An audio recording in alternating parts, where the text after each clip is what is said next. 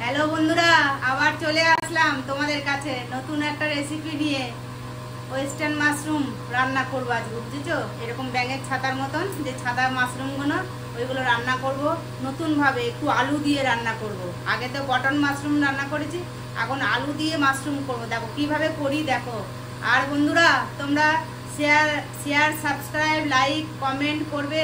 আর হচ্ছে ফেসবুক থেকে দেখলে ফলো করবে, ইউটিউব থেকে দেখলে সাবস্ক্রাইব করবে, আর সম্পূর্ণ ভিডিওটা দেখবে বন্ধুরা, বুঝছো বন্ধুরা? দেখো আলু দেবো এখন বন্ধুরা। তাহলে আজকে রেসিপি শুরু করি, দেখো কিভাবে করি। কড়াইয়ে এখন একটু আমি তোমাদের না দেখি আমি তেল দিয়ে ফেলেছি, একটু তেল দিয়েছি। তেলের মধ্যে একটু সম্বার দিব, দেখো, বুঝছো বন্ধুরা?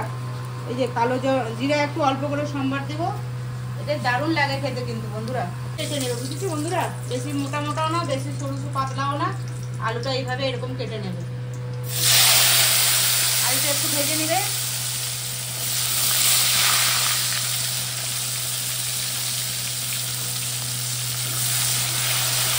আলুটা একটু ভাজবে, ভেজে উঠায় রেখে দেবে, তারপরে মশলাটা কষাবে বন্ধুরা। দেখো উঠায় নিয়েছি আমি, তারপরে এই যে তেলটাই আছে, এখন একটু মশলা করে নেব।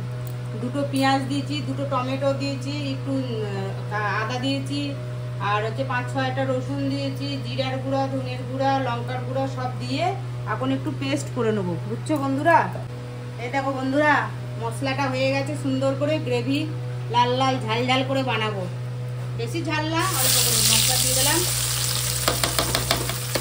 মাশরুম একটু মশলাদার না হলে ভালো লাগবে না খেতে, মানে মাশরুমের সেরকম স্বাদ নাই, বুঝছো? মাশরুমের একটা স্মেল আছে। সিদ্ধ করে নিয়েছি একটু মাশরুমটা, দেখো সিদ্ধ করে নিয়েছি একটু।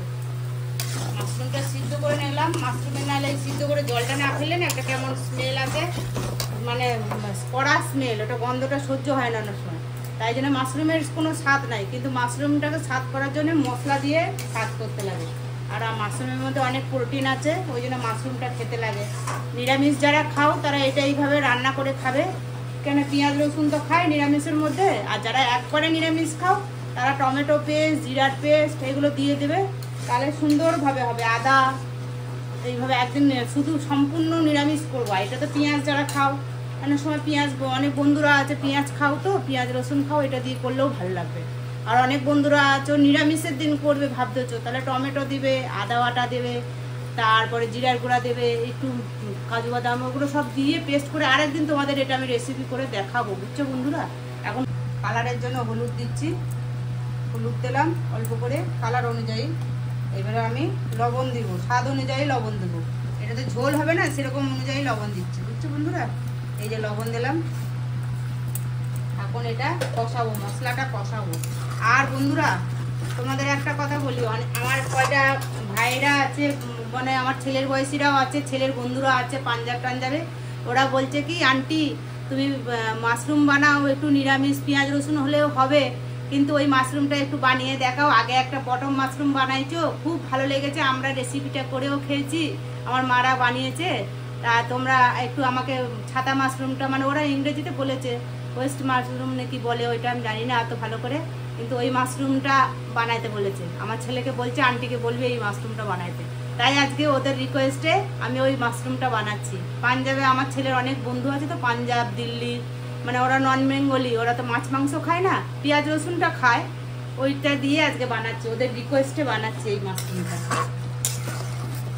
দেখো বন্ধুরা, মশলাটা সুন্দর করে কষিয়ে নিচ্ছি, দেখছো? এই দেখো মশলাটা সুন্দর করে কষানো হয়ে গেছে। এখন আমি এই আলুগুলো ভেজে রাখছিলাম না, আলুগুলো দিব, দেখো আলুগুলো দিলাম। আলুগুলো দিয়ে একটু কষাই, আলুগুলোর সাথে সাথে মাশরুমটাও দিয়ে দেবো।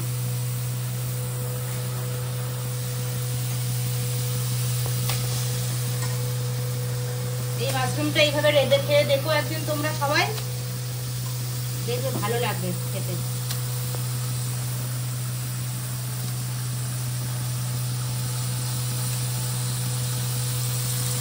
তো বন্ধুরা এটা এখন জল টল দিব না, হালকা একটু থালা ধুয়ে দিলাম, মশলা লেগেছিল। এটা এখন পুরো কষতে কষতে কষতে কষতে গায়ে লাগবে, লবণও ভেতরে ঢুকবে। এখন আমি একটু ঢাকা দিয়ে রাখবো, বুঝছো বন্ধুরা? দিয়ে এটা দেখবে তেল ছেড়ে যাবে। নামানোর আগে কি দিই দেখবে আর একটা জিনিস বন্ধুরা, দেখো একদম লাস্ট ফিনিশিং। এই দেখো কাঁচা লঙ্কা দিলাম একটু সেন্টের জন্য, আর একটু কি দিব দেখো, দেখছো এরকম গায়ে লাগা লাগা হবে। তোমরা এইভাবে বানিয়ে খাবে, দেখো সুন্দর লবণ হলুদ সব ঢুকে গেছে। আর এটা যত ঠান্ডা হবে তত ভিতরে লবণ মানে লবণ মশলা টসলাগুলো সব ঢুকবে, দেখছো কত সুন্দর করে। আর এখন দিব বাটার, বুঝছো বন্ধুরা, এই যে বাটার দিলাম, সবটাই দিয়ে দিলাম। দেখছো কত বড় বাটার দিয়েছি, বাটার না দিলে স্বাদ আসবে না মাশরুম। এই দেখো তেল কম দিয়েছিলাম ওই জন্য বাটারটা দিয়ে দিলাম।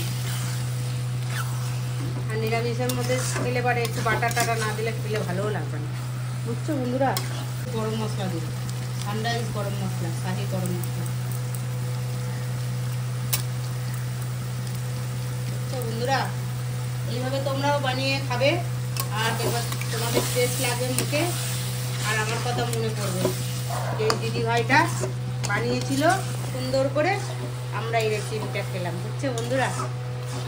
তোমরা দেখো বন্ধুরা, এই দেখো রান্না হয়ে গেল আমার কমপ্লিট। এখানেই রান্না শেষ করতেছি, বুঝছো বন্ধুরা। এই দেখো রান্না শেষ করতেছি, এই দেখো সুন্দর হয়ে গেছে রান্নাটা। এখানেই শেষ করবো রান্না। আর হচ্ছে বন্ধুরা তোমরা share, subscribe, like, comment, Facebook থেকে দেখলে ফলো করবে, ইউটিউব থেকে দেখলে সাবস্ক্রাইব করবে, পুরো সম্পূর্ণ ভিডিওটা দেখবে বন্ধুরা। আর হচ্ছে তোমরা সাবস্ক্রাইব করবে ইউটিউবে গিয়ে, আর সম্পূর্ণ ভিডিও দেখবে। আর হচ্ছে নেক্সট ভিডিও আসবে, তোমরা ভালো থেকো, সুস্থ থেকো। Next video.